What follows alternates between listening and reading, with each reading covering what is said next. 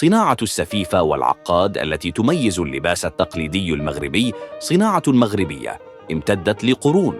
حافظ عليها المغاربة عبر العصور إلى اليوم وطورها الحرفيون وأبدعوا فيها. ويعود الفضل فهذه الصناعة إلى مدينة فاس المغربية التي كانت في عهد الموحدين المدينة الصناعية الأولى سنة 1203 ميلادي، حيث انتشرت فيها المئات من المصانع والمعامل. يقول الحسن الوزان المعروف باليون الإفريقي صاحب كتاب وصف إفريقيا عندما زار المغرب في القرن ال15: يوجد بفاس 520 دار للنساجين، وهي أبنية كثيرة ذات طبقات عديدة وقاعات فسيحة كقاعات القصور، تضم كل قاعة عدد كثيرا من عمال نسج الكتان، وهناك 150 معملا لقصار الخيوط. ويقول إسماعيل بن الأحمر وهو شاعر وأديب أندلسي ازداد سنة 1325 ميلادي،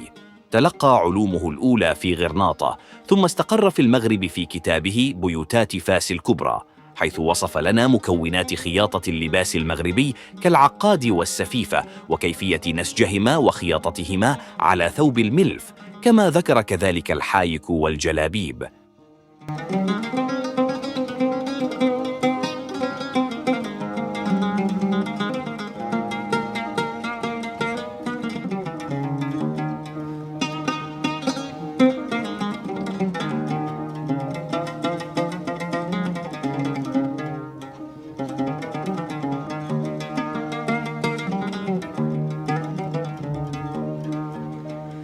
كتمت الهوى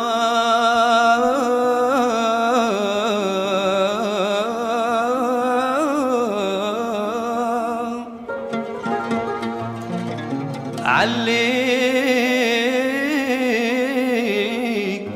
أحظى به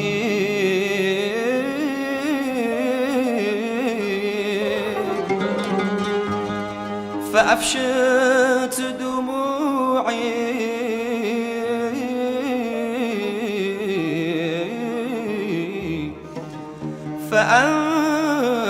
فأفشت دموعي ما كان كتيتا